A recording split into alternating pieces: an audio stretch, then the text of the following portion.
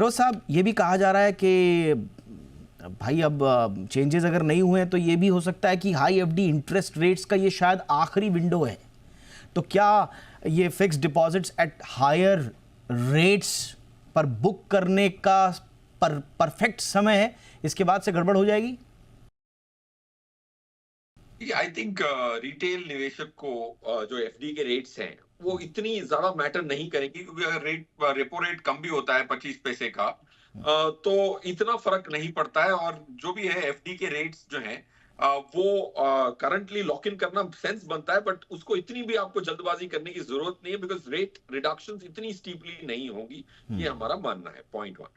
Point 2 क्या है कि लंबी अवधि के जो ब्याज हैं, देखिए एफडी जो है, अगर आप 5 साल की लंबी अवधि की एफडी की बात करें तो उसमें ब्याज दरों में ज्यादा बढ़ोतरी भी नहीं हुई है, क्योंकि आज की डेट में 10 ईयर के बॉन्ड जो गवर्नमेंट के हैं वो 7% पे चल रहे हैं।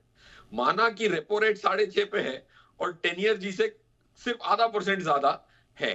एक्चुअली लास्ट 10 साल की एवरेज देखें तो रेपो रेट से 10 ईयर की जो गवर्नमेंट बॉन्ड की पेपर होती है उसकी ब्याज दरें 1.5 से 1.25% ज्यादा होती है। तो इस बार जो रेपो रेट घटाया जाएगा उससे आपकी एफडी रेट्स पे ज्यादा फर्क नहीं पड़ेगा, क्योंकि वो इतनी बड़ी भी नहीं है जितनी बढ़नी चाहिए। इंडिया में हमेशा शॉर्ट अवधि की ब्याज दरें कम होती हैं, कोविड तक यही हाल था, और लंबी अवधि के ब्याज बहुत ज्यादा होते हैं। इसको बोलते हैं अपवर्ड यील्ड कर्व। अब वो बड़ा फ्लैट सा हो गया है, 5 साल के पैसे का भी वही ब्याज है, 10 साल के पैसे का भी वही ब्याज है, 2 साल के पैसे का भी वही ब्याज है। इसको कहते हैं फ्लैट यील्ड कर्व। तो ज्यादा एफडी के रेट्स घटने की संभावना नहीं है, क्योंकि वो बड़े इतने नहीं थे, खाली रेपो बढ़ा था, रेपो कोविड के बाद। So short end of the yield curve. So I think lock in करना है तो अच्छा ब्याज है, बट इतनी जल्दबाजी करने की आपको इतनी जरूरत नहीं है, स्पेशली फॉर रिटेल निवेशक। अब एक आम निवेशक के लिए, एक आम आदमी के लिए क्या फाइनेंशियल दशा दिशा हो, ख़ास तौर से उनके लिए मैं कह रहा हूँ जो लोन्स की प्लानिंग कर रहे हैं। अच्छा, अब आज की डेट में तो दिक्कत ये हो गई है, आरबीआई खुद परेशान है इन सब चीज़ों से। अनसिक्योर्ड लोन्स में भी जा रहे हैं लोग, तो सिक्योर्ड लोन्स को बैंकों ने अनसिक्योर्ड बना दिया, खैर वो अलग बात है।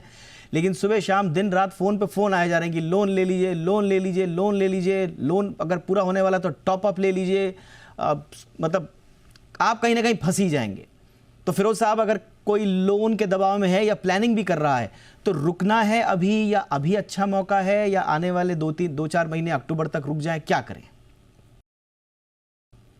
दीपक जी देखिए, जो लोन की जो ब्याज दरें हैं उसका रेपो से लेना देना ऑलमोस्ट खत्म सा हो गया इंडिविजुअल इन्वेस्टर, इंडिविजुअल बोरोवर के लिए।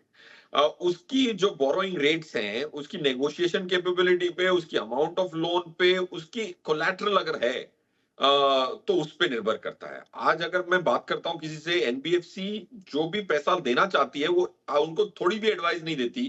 काफी सारे लोगों के पास म्यूचुअल फंड के यूनिट होते हैं, उनको कोई लोन चाहिए होता है तो वो उनको सिक्योर्ड लोन दे देते हैं।